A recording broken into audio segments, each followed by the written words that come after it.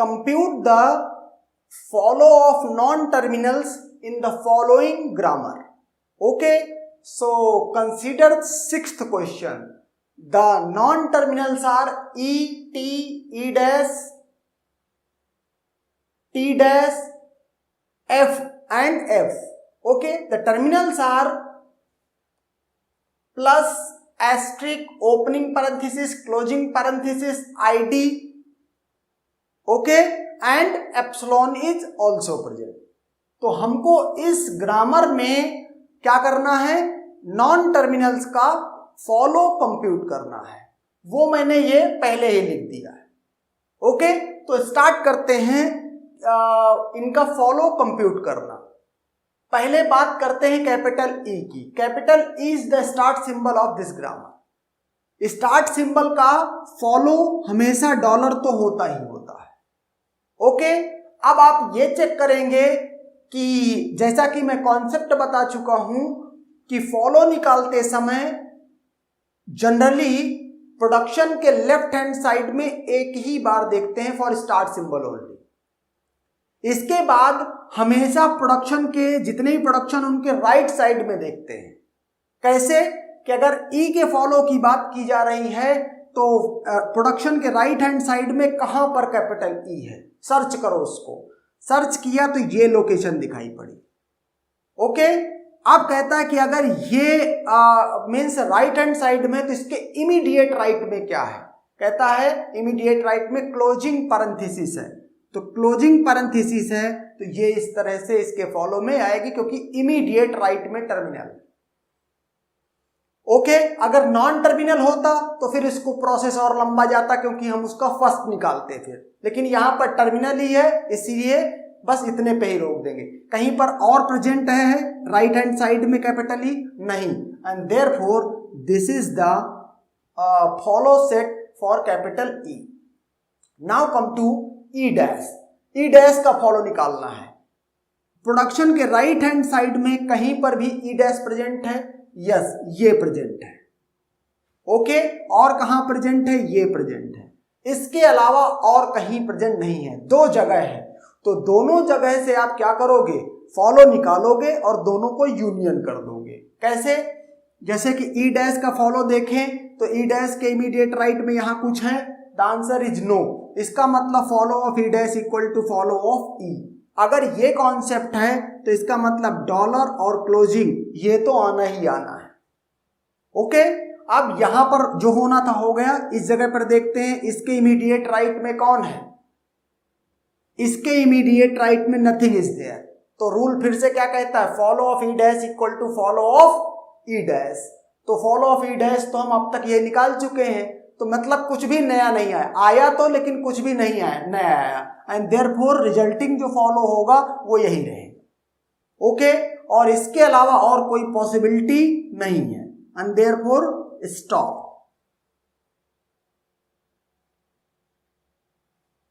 Okay, now come to T. T का follow क्या होगा, तो टी कहां कहां प्रेजेंट है इस ग्रामर में वो आप सर्च करो. तो टी प्रेजेंट है एक ये और कहीं प्रेजेंट है टी. टी और कहीं प्रेजेंट नहीं है. चूंकि और कहीं प्रेजेंट नहीं है टी, तो इसलिए हम क्या कहेंगे कि इतने में ही निकालेंगे. तो पहले को कंसीडर करते हैं. इमीडिएट राइट में क्या है, ई डैश. ई डैश क्या है, नॉन टर्मिनल. तो इस केस में क्या करेंगे कि अगर फॉलो ऑफ टी आपको बताना है और इमीडिएट राइट में नॉन टर्मिनल है तो follow of T equal to first of E dash. First of E dash निकालने के लिए जाएंगे तो यहां से मैं लिख भी देता हूं इसको, क्या, follow of T equal to first of E dash. अब आप ये लिखोगे तो फर्स्ट ऑफ ई डैश आप लिखोगे. फर्स्ट ऑफ ई डैश क्या है, प्लस और एप्सिलॉन. तो प्लस को तो यहां डायरेक्ट लिख दोगे, लेकिन एप्सिलॉन के बारे में मैंने क्या आपको कॉन्सेप्ट बताया है कि एप्सिलॉन जब भी दिखाई पड़े तो आप एप्सिलॉन को इस जगह पे रिप्लेस करोगे. जैसे ही एप्सिलॉन को इस जगह रखोगे तो प्रोडक्शन बन जाएगा E derives capital T. T के इमीडिएट राइट में अब कुछ नहीं है, इसका मतलब follow of T equal to follow of E. तो फॉलो ऑफ ई जो भी कुछ रहा होगा इस वाले में जो ऑलरेडी कंप्यूटेड है, इसमें यूनियन कर देंगे तो क्या क्या आ जाएगा, ये दो चीजें थी फॉलो ऑफ ई में, हमने उन दोनों को यहाँ यूनियन कर दिया।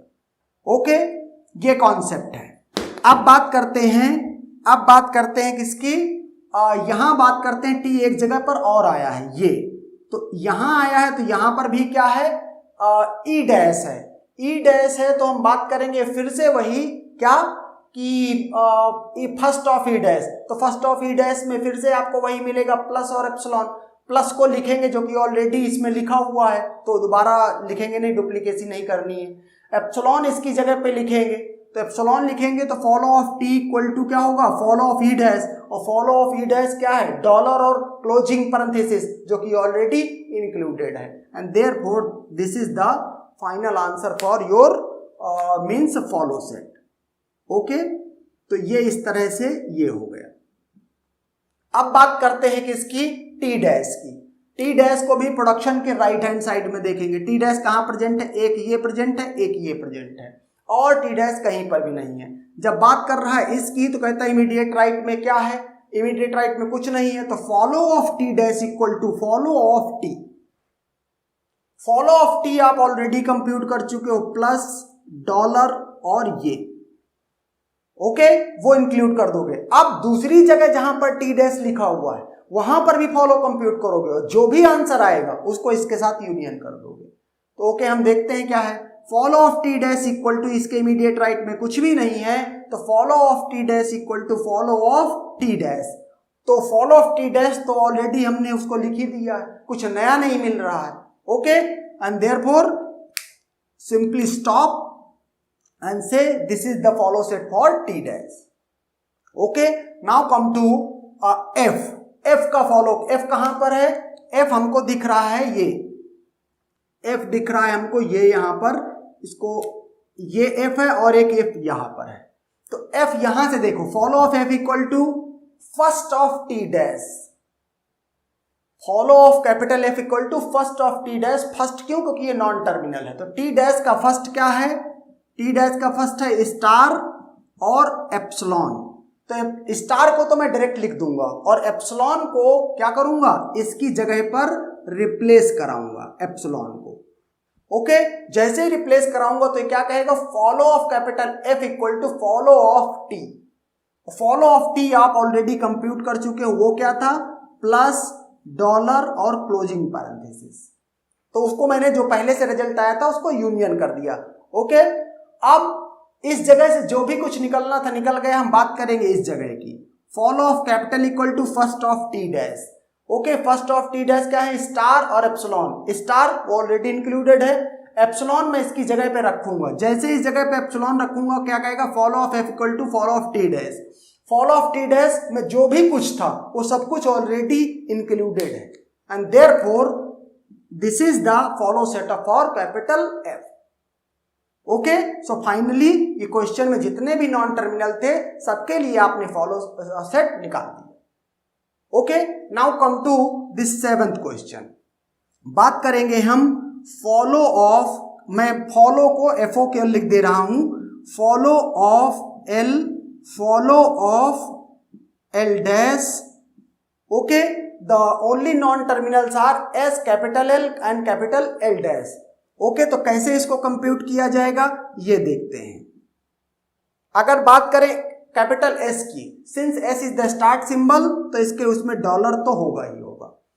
कैपिटल एस क्या इसके राइट साइड में कहीं पर भी प्रेजेंट है, यस प्रेजेंट है, यहां पर प्रेजेंट है और यहां पर प्रेजेंट है, तो अब की बार सिर्फ इतने से काम नहीं चलेगा, डॉलर से जहां जहां कैपिटल एस प्रेजेंट है वहां से सबको कंप्यूट किया जाएगा, और जैसे ये आया है इस जगह से कंप्यूट किया जाएगा, जो भी आएगा इस वाले सेट में यूनियन किया जाएगा, उसके बाद इस जगह से कंप्यूट किया जाएगा, जो भी आएगा उसमें जो रिजल्टिंग 2 से आया है उसको इसके साथ यूनियन कर दिया जाएगा। तो देखते हैं एस का ये डॉलर आ चुका है, इसकी वजह से देखें तो ये क्या कहता है, follow of capital S equal to first of L dash.